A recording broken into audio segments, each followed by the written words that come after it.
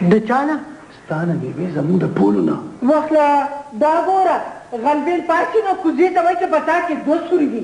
کور زما تالی شو، لوښي زما زرې زرې شو او خفه دی دی. دا ته چا نه یارېږې قمقله شیرعلي؟ مېلمانه دي بیبي. مېلمانه دي ما سره دې نور څوک مېلمانه نه راچلی. هغه لور بیبي چې دا که نه لارو کوڅونه جنګی راټولوي او دلته مې ماله کور روانوي. هغه یوازې د بیبي ځان له څه مشغولتیا کتلې ده چې یوازې ده نو راځي چې ګوډیانې دې لوبوي. بس چاچي موږ به د دې کور نه روان شو. ته زما خو لور ته دې لږه عقل وښیه. زما لور بیماره ده، د هغې ډپریشن ده، په معمولي خبره په سر چکر راځي. په سر یې ځکه چکر راځي چې په سر یې څپېړه نه ده خوړلې. خالجه ډېره اګرس ده، دا چاړه کېده نو بیا به خبرې کوو. په دې چاړه خو زه خبرې کوم کمالالدینه ستاسو د کټوۍ غم کوم. ګوره خبره دا ده چاچي چې دا لور او دا زوی ګوره په ما ډېر ګران دي. په هر چا خپل وطن کشمیري. کشمیر نو بیا خو دا نو ټوله خبره ده ټوټې ګل. زما ټولې خبرې د کتاب د مینځ خبرې دي. خو زه به درته د لندن د مینځ خبرې وکړم. د دې بچو دپاره ما بل واده ونه کړو په لندن کې داسې نه. خدای دې درته لوی کړي، خو که زما په کور کې دغسې درب اوبل وشو نو ښه به وي.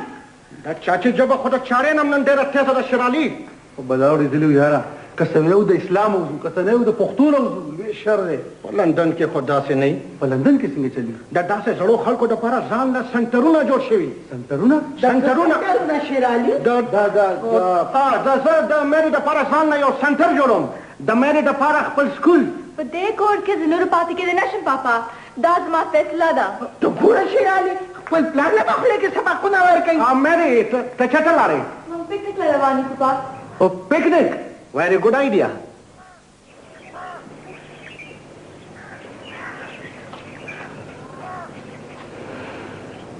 انجوړې اور دی ورته ورته که مطلب دې څه دی؟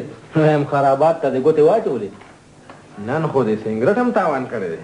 تاوان نو موږ به لرې اوسګل جبینه. خو ټیک ده، خو جوړې هم دا یو دی. ستا په یو په دوه کې څه مقصد دی؟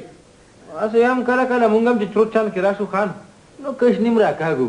او که نه اسو ژورنالونه وال چې د خانو خو یې وجدې کړې. زه خو بار څه کوم ته به زما پېښېږي دې خپل مخ ته دې کتلي. کتلې مې دي ورته هم ته پکې ښکارې. خیر دا هم تېره شي، خدای به ته سم ورځ نه ښیي. وایم چې دا ټوله مې درکړي دي، په هغه ورځ ستا کار نه کېږي. تا دې هم کار کتلی دی، 15 دې غوټې ورکولې، 15,000 په ډاټ کې رالې. ته خو زما تاوان ته خوشحالېږه بچو. دا 15,000 چې دا کوم نو 15 لکه واپې بچ کوم.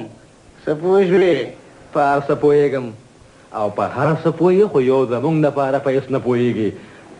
دا هغه لېډو هغې هم رالل، 15,000 یې لېډر ډوز کړې. څنګه چلې؟ السلام علیکم. وعلیکم سلام.